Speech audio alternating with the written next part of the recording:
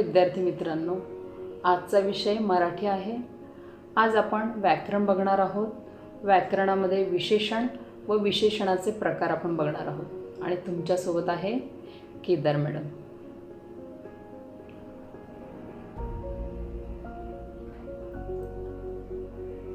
विशेषण म्हणजे काय ते बघूया। नामाबद्दल विशेष माहिती सांगणाऱ्या शब्दाला विशेषण असे म्हणतात। विशेषण बघत असताना विशेष म्हणजे काय हे सुद्धा बघणं आवश्यक आहे। नामाविषयी विशेष माहिती देणाऱ्या शब्दाला विशेषण म्हणतात, हे आपण आत्ताच पाहिलेलं आहे। विशेषण ज्या नामाबद्दल विशेष माहिती देते त्याला विशेष्य असे म्हणतात। हे सुद्धा आपण उदाहरणाने बघूया। राम उंच मुलगा आहे या वाक्यामध्ये उंच हे विशेषण आणि मुलगा हे विशेष्य आहे। अजून एक उदाहरण बघू। हुशार मुलांना गर्व असतो। हुशार हे विशेषण आहे आणि मुलांना हे विशेष्य म्हणून वापरलेलं आहे। इथे आपण विशेष्य म्हणजे काय हे आपण थोडक्यात पाहिलेलं आहे। विशेषणाचे प्रकार आपण आता बघूया। विशेषणाचे 3 प्रकार आहेत: गुणविशेषण, संख्या विशेषण आणि सार्वनामिक विशेषण। त्यातील गुणविशेषण हा प्रकार आपण बघणार आहोत।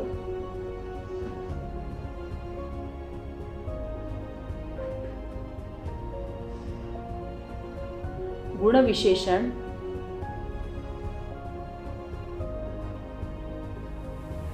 काही उदाहरण बघूया। राम हुशार मुलगा आहे। गुलाब लाल आहे। शर्ट पिवळा आहे। यामध्ये हुशार, लाल, पिवळा हे नामाविषयीचे गुण दर्शवतात, त्यांचे विशेष बाबी दाखवतात, म्हणून त्यांना गुणविशेषण असे म्हटलेलं आहे। ज्या विशेषणाने नामचा विशेष गुण दाखवला जातो त्याला गुणविशेषण असे म्हणतात। विशेषणाचा दुसरा प्रकार आपण बघूया, संख्या विशेषण।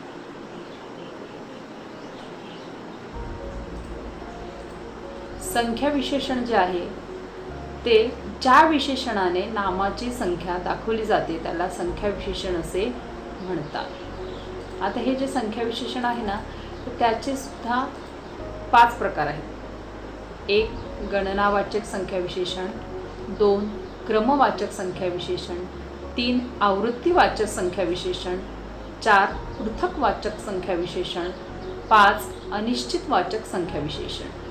हे 5 प्रकार आहेत। त्यातले गणनावाचक संख्या विशेषण हा पहिला प्रकार आपण आता बघूया।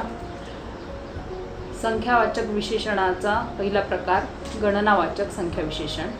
या प्रकारात संख्या विशेषणाने वस्तूची गणना किंवा मोजणी करतात। उदाहरणार्थ, फांदीवर 2 फुले आहेत। रामने 7 मेणबत्त्या घेतल्या। अंगणात 6 मुले खेळत आहेत। या वाक्यांमध्ये 2, 7, 6 हे गणनावाचक संख्या विशेषण आहे।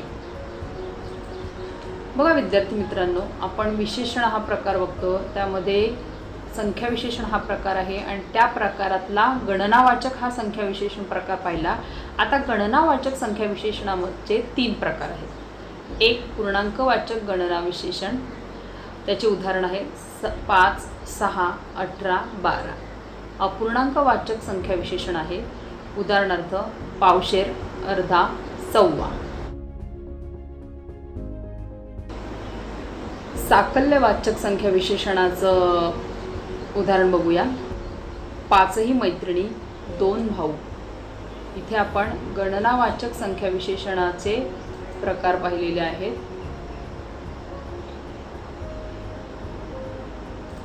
आता आपण संख्या विशेषण मधला दुसरा प्रकार बघूया, क्रमवाचक संख्या विशेषण।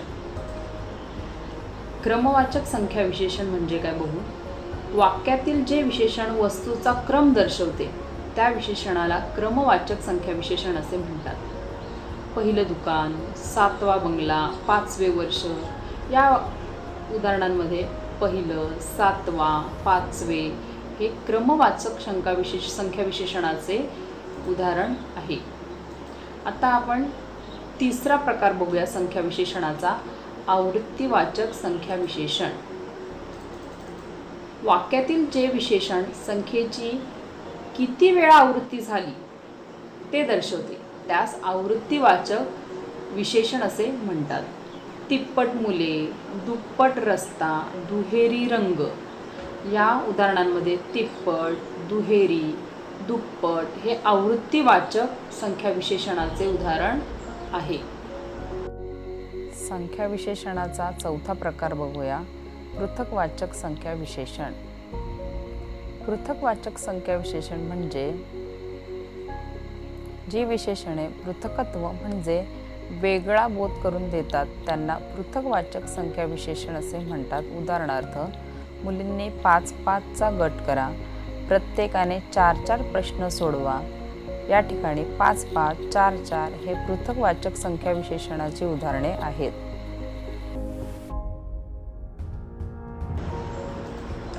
संख्या विशेषणाचा 5वा प्रकार पण आता बघूया, अनिश्चितवाचक संख्या विशेषण.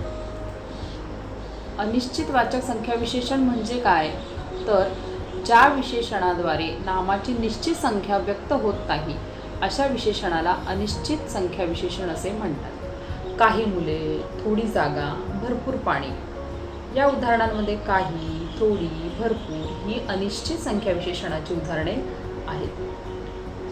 आता आपण संख्या विशेषण जो प्रकार आहे त्याचे 5ही प्रकार बघितलेले आहेत. आता आपण विशेषणचे जो प्रकार तिसरा आहे, सार्वनामिक विशेषण, तो आपण बघूया. सर्वनामांपासून बनलेल्या विशेषणांना सार्वनामिक विशेषण असे म्हणतात. उदाहरणार्थ, त्याचे पुस्तक, ते फूल, ही मुलगी या उदाहरणांमध्ये त्याचे, ते, ही हे सार्वनामिक विशेषण म्हणून वापरले गेलेले आहेत. बघा विद्यार्थी मित्रांनो, आज आपण विशेषणाचे प्रकार बघितले, 3 प्रकार पाहिलेले आहेत.